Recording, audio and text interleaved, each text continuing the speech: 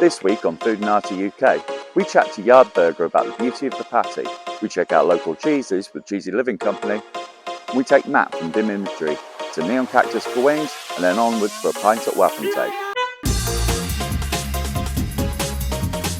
Hello and welcome back to Foodinati UK, and I'm here at Yard Burger in the Trinity Kitchen in Leeds, Trinity Centre, and I'm here with Hennessey from Yard Burger. and he's going to tell me all about his business. So how long have you been doing this for now? I've been doing street food for about 5 years. I've spent the first 3 years of it I was on the festival circuit. It's just a great circuit, you know, just all the big festivals. You work hard, you play hard, and you feed a lot of people and you make them happy. Absolutely, absolutely, and we're going to be doing festivals in the next couple of episodes, so watch out for that.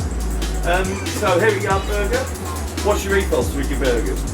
Get quality produce and don't try and stand in its way too much. It's a dirty burger experience, you're going to love it.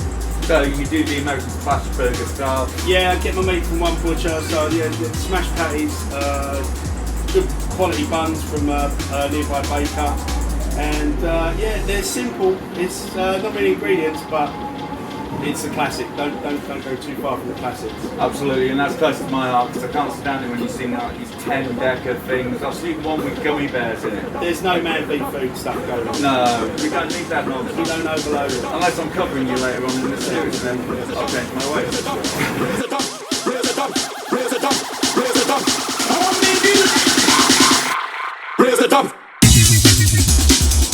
And here we have it, the Yard Burger. I've been waiting all week to do a burger bit. Here we go.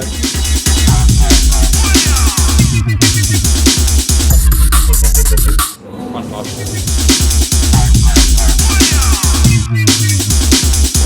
Yard Burger, Trinity Centre, Leeds.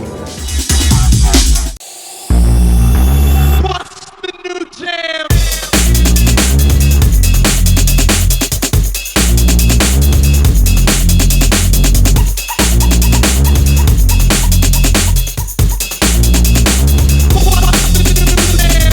Welcome back to Foodinati UK, and I'm here in the Cheesey Living Company with my friend Jake, and we're going to talk about some of the local cheeses.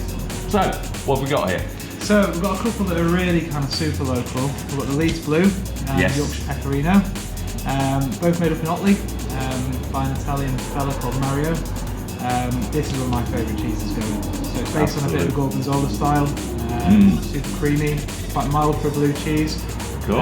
But maybe sheep's milk as well. I've had the Yorkshire Blue before. I've used that in a recipe once before. And the Harrogate Blue, funnily enough, because that's where I'm from.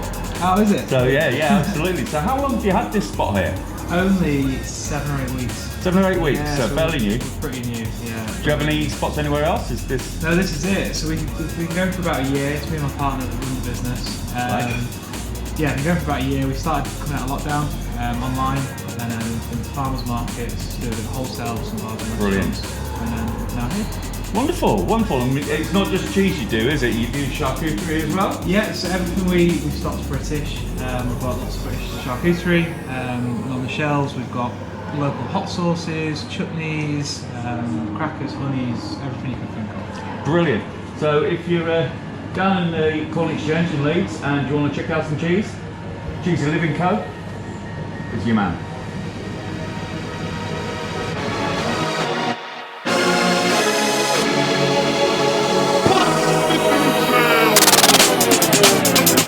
I meet with Matt Bond at the Neon Cactus for wings.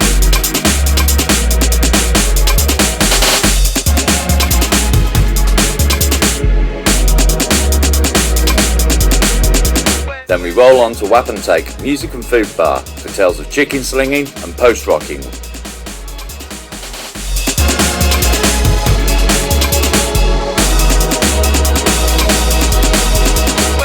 Hello, and you're back with Foodinati UK. I'm here with Matt from Dim Imagery. Matt, thanks for coming on the show. You're more than welcome. Now, aside from music, what you may not know is Matt and I have a history in food. Yes. We both worked at Absurd Bird, didn't we? The now defunct chicken shop of Leeds. Rest in peace. Rest in peace. Maybe Died more. a graceful death. And this whole episode is dedicated to her and all who sailed in her. Yeah. Right, now, you're back. Yes. On to the important stuff straight away. So tell me a bit about your band, Dim Imagery. How long have you been together? So loosely, as Dim Imagery, only just over a year now. We started off under a different name, different songs, just before, probably about 6 months before first lockdown, and then obviously everything went a little bit tits up there. But I think we were in the kind of blessed position where we hadn't yet built up enough momentum for it to be kind of detrimental to us not to kind of like try and keep that going online. We just kind of removed ourselves and went, right, we can just totally rewrite the set, rebrand, and then the moment we got the opportunity to get it, we were like, go.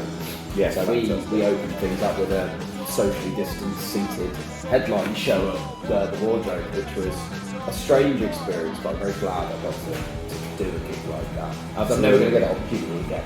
I'm sure, like many bands, I mean, we all ran back on stage, man.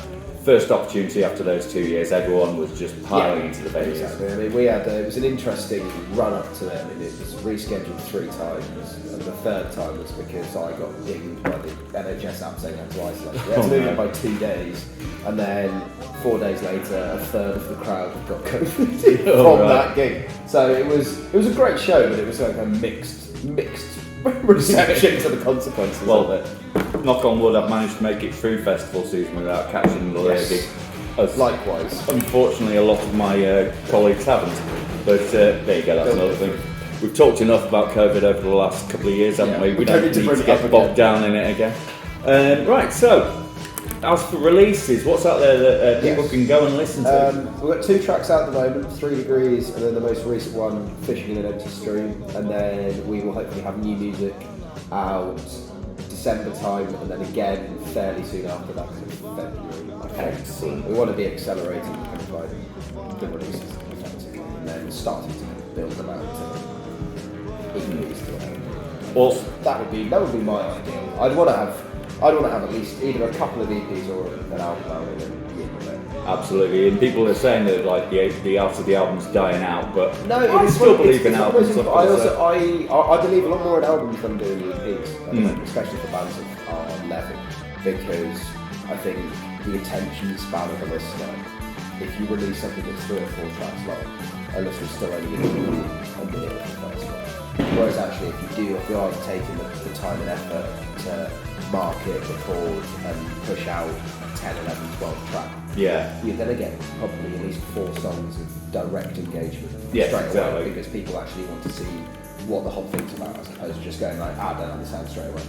I mean, I'm on both ends of the spectrum here because I make dance music. Dance music isn't a big album sort of thing. No. And because I like, for my own listening pleasure, I like albums that have a narrative. Yes. And something that has a beginning and an end and a middle and like peaks and troughs. It's hard to do that with dance music. It's much better with rock music to tell that story. I think it. Unless I think it depends on the artist. I think some dance artists can be exceptionally good at building a narrative into an album, but I think it's probably more rare. I would say. Yeah. I kind of especially at a grassroots level. Yeah, I often find because obviously we put out 4 albums now, and people generally download the bangers, the big dance floor ones, and the other ones are just like obligatory album tracks. Yeah. And so I don't know if we're going to carry on doing EPs or do another album. I don't know. But this isn't about me. I've just managed to flip that interview around to be about my band. You see what I did there? Right. Now back onto you. Yes. You've just come off the back of a UK tour. You did with Fudge. Yes. And how did that go? It was phenomenal. Yeah, it was brilliant. I don't think we had a bad night, which it was going to be 6, ended up being just the 5 days. We've got the Manchester one, I think, in the works to be rescheduled. We didn't have a bad night. Awesome. There was a few in the run up where I was kind of getting very stressed about ticket sales and oh my god, why the hell are we going to Liverpool? They're just going to come. But they all ended up working themselves out, and then we finished up in London, and it was the best night by far. And that's a tough nut to crack. It is. I think. I've had from previous bands. I've had a variety of experiences in London. So I've had a brilliant one up in Camden with an old band. The one in Herne Hill with Dim Imagery was amazing. But then I've had a shocker in the East End and an okay one in Shoreditch. So it very much is like you have to treat London as a totally different kettle of fish, because ultimately if you've got a massive amount of your fan base, say in Brixton, and you go and play a show in Camden, you've got to accept that that is effectively like asking people to come from Sheffield to Leeds. Absolutely. Because it does take an hour on the tube, and yeah, it's a strange one, but for us, playing in South East London works. Or spot on. And you've got to cut your teeth around there, really, haven't you? I mean, for bands of our ilk as well, when you look Yeah. at bands like Shame and Black Country New Road coming out through that scene, I think that if we are going to go to London and try and make a name for ourselves, that's where we want to make ourselves. Absolutely. So, in terms of the future, I gather you're working on new material right now. We are indeed. We've got, I mean, we're working on new material, and we're also kind of even fighting about what we want to record next, because we all have different opinions on it and different reasons behind it. But I think that's why partly what's behind us trying to accelerate the amount of releases that we're doing is we want to be able to be releasing quite a wide range of what we've done so far. Cool. I mean, in terms of looking towards kind of like the radio side of things, and obviously, I mean, for example, so our first song, 3 Degrees, we recorded it in our basement. Production value's not brilliant, and it's had a decent amount of radio traction. Right. Whereas Fishing, which I think for us is a better song, a much more well produced song, is also 5.5 minutes. And that's where the radio go, they're going to look at you. Yeah. So I think balancing that is what we want, because ultimately some of our best songs are 5, 6, 7 minutes long. But we also want to be able to be heard. So it's balancing those two things. It's what we're going to have. This is the challenge for us coming up for the last next 12 months. Cool. Right, I'm going to ask you the question I ask all our guests. What's the best music to cook to? Best music to cook to is Keep On Moving by Far. And there you have it. Yeah.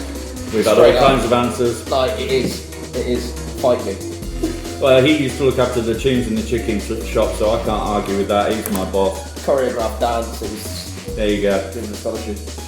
Matt, thanks for coming on the show. Pleasure.